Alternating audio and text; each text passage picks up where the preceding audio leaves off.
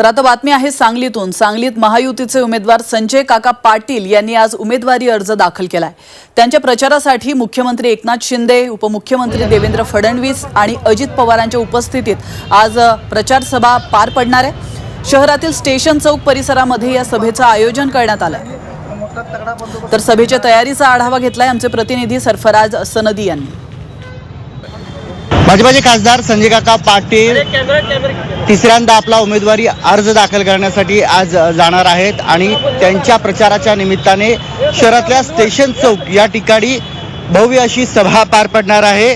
मुख्यमंत्री एकनाथ शिंदे, त्याचबरोबर देवेंद्र फडणवीस, उपमुख्यमंत्री अजित पवार यांच्यासह भाजपाचे प्रदेशाध्यक्ष चंद्रशेखर बावनकुळे यासह महायुतीचे नेते यांच्या प्रमुख उपस्थितीमध्ये या ठिकाणी भव्य प्रचार सभा जी आहे ती पार पडणार आहे आणि या सभेची आता पूर्ण तयारी जी आहे ती झालेली आहे। आता या प्रचार सभेच्या माध्यमातून खासदार संजय काका पाटील